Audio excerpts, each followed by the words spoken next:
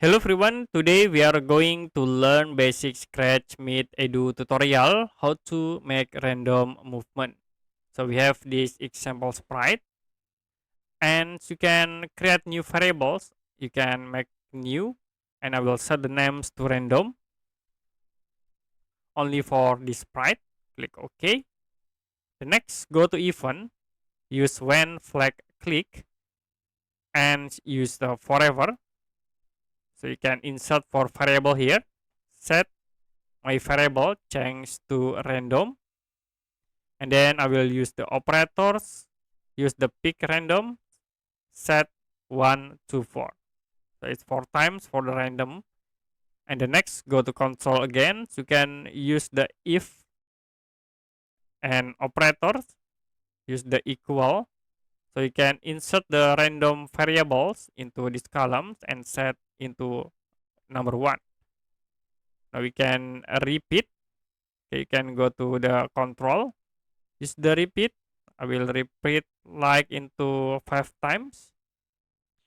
And the next for the movements, you can use the motions change by Y into 10 default. So if you play, it will be moved to the top. Okay, you can duplicate. Okay, I will move into here. Set again, in here, change by Y to minus 10. Now you can play. So it will be moved to the top and to the bottom.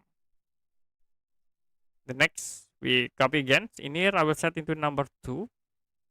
Play. Here for number 2. And we copy, duplicate, and duplicate again. Set in here random 3 and the next random 4.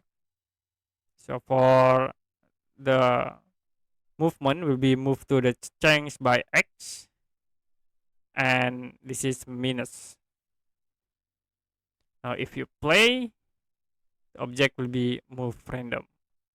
If you want to set for bunch in the edge, you can create when a flag click, use the forever, and then we can use the motions if on edge bunch.